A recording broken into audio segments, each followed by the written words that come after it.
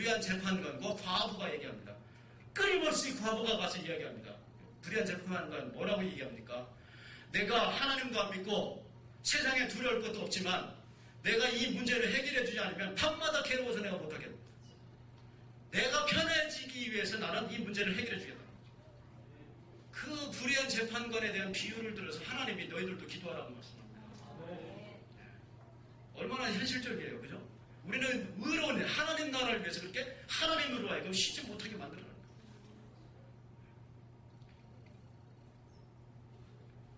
그런데 어떻게 우리가 쉴 수가 있어요? 또 한 가지 보면 그러면 쉬지 못하시게 하는데 기도하면서 뭘 하게 합니까? 이 말씀을 묵상하면서 생각나는 게 뭐냐면 요한복음 5장 17절의 말씀, 주님의 말씀이 생각나요. 예수님이 뭐라고 그랬냐면 아버지께서 지금까지 일하시니 나도 일한다고 말씀하셨어요. 그 예수님이 어떤 예수님입니까? 배를 타고 풍랑이 일어서 배가 막 빠져가려고 할 정도까지 그렇게 위험한 상황이 됐는데도 고물에서 그냥 주무시고 계세요. 너무너무 편안하게 너무너무 달게 주무시고 계세요. 왜? 두 가지라고 봐요. 저는 하나는 하나님이기 때문에 하나님이시기 때문에 나는 이 모든 것들을 다 평정할 수 있는 능력자라고 하는 것을 그 제자들로 하여금 보여주는 것도 있지만 또 한 가지는 예수님이 그만큼 지칠 정도로 일하셨다는 겁니다. 끊임없이 돌아다녔었잖아요. 걸어서. 그렇게 일을 하셨어요. 그러면서 하셨던 말씀, 아버지께서 지금까지 일하시니 나도 일한다. 그런데 어떻게 우리가 쉴 수가 있겠습니까? 자, 그러면 어떻게 무엇을 전합니까? 무엇을 전해야 되냐면 여기에 나와 있죠. 11절 구원과 심판이 이르렀다는 것을 전해라. 저희들이 선교사가 전하는 것이 그거고요. 여러분들 우리 선생님들 우리 성도님들이 전해야 될 말씀들이 바로 그겁니다. 주님 오실 날이 가까웠어요. 그거를 인식하지 못해요. 많은 분들이. 그런데 우리 조금 영적으로 깨어있는 분들 세상 돌아가는 물정을 아시면 주님 오실 날이 점점 더 가까우고 있다는 것을 전 뼈저리게 느껴져요. 그것을 전해야 된다는 겁니다. 그것이 뭐냐면 바로 하나님의 백성이 돌아오는 길을 예배하는 것이라는 거죠. 주님의 백성의 길을 예배하는 것. 근데 이 말씀을 보면 이사야서 40장 3절에 보면 세례 요한에게 예언했던 말씀이 하나가 있는데 그게 뭐냐면 여호와의 길을 예배하라. 여호와의 길을 예배하라. 하나님의 길을 예배하는 것이 이사야 40장 3절인데 여호와의 길을 예배하는 것. 오늘 62장에 보면 백성의 길을 예배하라. 두 가지. 저는 같은 맥락이라고 봐요. 초림 예수, 세례 요한이 예언했던 그 하나님의 백성, 하나님의 여호와의 길을 예배하는 것은 이 땅에 오셨잖아요. 예수님이. 그죠? 예수님이 오셨는데 또 한 가지. 예수님이 재림하시도록 우리는 예배해야 돼요. 다시 오실 예수님을 예배해야 되죠. 오늘 우리는 다시 오실 예수님을 예배하는데 어떠한 방식으로 예배합니까? 바로 백성의 길을 예배하는 거예요. 하나님의 택한 백성들이 다 들어오는 날이 예수님 오시는 날이에요. 똑같아요.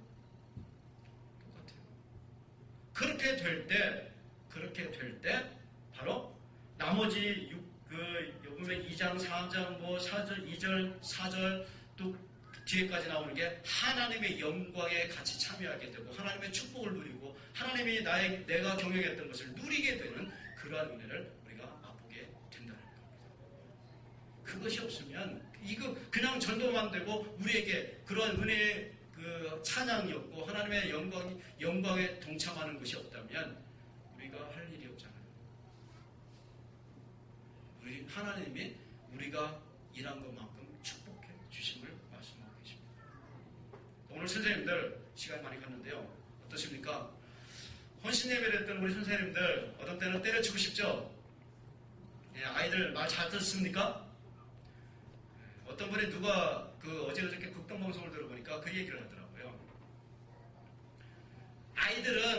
아이들은 귀엽기는 하다. 말은 못 알아들어도 귀엽기는 하다. 청년들은 귀엽지는 않은데 말귀는 잘 알아듣는다. 근데 중고등학생은 말귀도 못 알아듣고 키워온 것도 없다. 그 얘기를 하시더라고요. 맞는 얘기거든요. 근데 요즘은 제 아이들이 성숙해가지고 초등학교 3학년, 4학년 되면 귀여운 것도 없어요. 그 아이들도 말귀도 안 알아들어요. 그 다음에 또 뭐라고 얘기하면 스님 갖다 잃는데요. 그죠? 요즘은 폭력이니 뭐니 이런 식으로 해가지고 아주 그냥 예배 생활하기 힘들고요. 신앙 생활하기 힘들고요. 전도하기 힘들고요. 교사 생활하기 정말 더 힘들고요. 때려치고 싶잖아요. 그죠? 네, 저도 때려치고 싶거든요.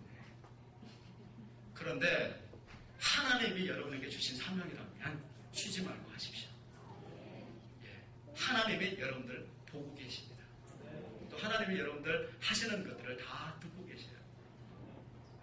그렇기 때문에 오늘 그 아이들이 열매를 맺지 않고 오늘 그 아이들이 선생님의 말씀을 제대로 듣지 않고 성장하지 않는 것처럼 보여도 그 사람들, 그 아이들 성장하고 있습니다. 가랑비에 옷 젖는다고 어느 날인가 그들도 하나님의 말씀을 깨닫고 여러분의 그 수고를 깨달을 때가 있을 줄로 믿습니다. 제가 왜 그러냐면 아파도 말씀드렸지만 똑같아요. 여러분들보다 좀 더 심하면 심하지 쉽지는 않은 것 같아요. 그럼에도 불구하고 지금까지 좀 하고 있어요. 하고 있는데 여러분과 저는 사역이 그 어느 것이 중요하고 어느 것이 위대하고가 아니라 똑같은 하나님이 주신 사역이고 영역의 문제예요. 저는 제가 할 일이 있고 여러분들 하실 일이 있어요. 하나님이 여러분들에게 교사의 사명을 주셨다면 그 일들 쉬지 말고 하십시오. 기도하시면서 하나님이 힘 주실 겁니다. 왜? 저에게 오늘 그 말씀 주셨듯이 그 사역 내가 하는 게 아니에요. 잠시 저는 사용하는 거예요. 하나님이 저를 통해서 하나님의 일을 이루어가시는 겁니다. 왜냐하면 저 발 뺀다고 예를 들어서 저 그만둔다고 해서 하나님 나라에 그 장족 사역에 변함이 있을 것 같아요? 하나도 변함 없어요. 왜? 제가 두려워하는 것이 뭐냐면 제가 버티다 정말로 하나님이 포기해버리면 그때는 나는 어떡하라고. 다른 사람 대치해서 옆에다 딱 채워놓으면 제 설 자리가 없잖아요. 그럼 하나님 앞에 설 때 뭐라고 할 겁니까? 그래서 중간에 포기하고 하나님 계속 할게요.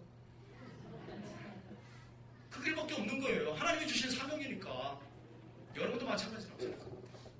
하십시오. 하시다 보면 하나님 앞에 맡겨놓고 그 대신 힘들면 하나님 앞에 이르세요. 오늘처럼. 하나님 얘가 괴롭히네요. 이 꼬맹이가 괴롭히네요. 이분이 괴롭히네요. 기도하십시오. 그러면 기도하면 하나님이 이루어 주시고 힘을 주실 겁니다. 예, 그렇게 될 때 여러분들 하나님 안에서 놀라운 열매가 맺어질 줄 믿습니다. 바라기는 오늘 헌신 예배를 드리는 우리 선생님들, 그다음에 함께 예배하는 우리 성도님들 다 주님 안에서 주님 오실 그날까지 때로는 지치고 힘들어도 정말 주님 안에서 주님이 주시는 위로와 힘을 다시금 우리가 받으면서 그분의 능력으로 일하시기를 원합니다. 그래서 주님 나라에 섰을 때 잘했다 칭찬받고 또 우리의 작은 수고를 통하여 주님의 나라가 더욱더 확장되어지는 놀라운 역사가 있어지기를 주님의 이름으로 부탁을 드립니다. 기도하겠습니다. 하나님 감사를 드립니다. 아버지 하나님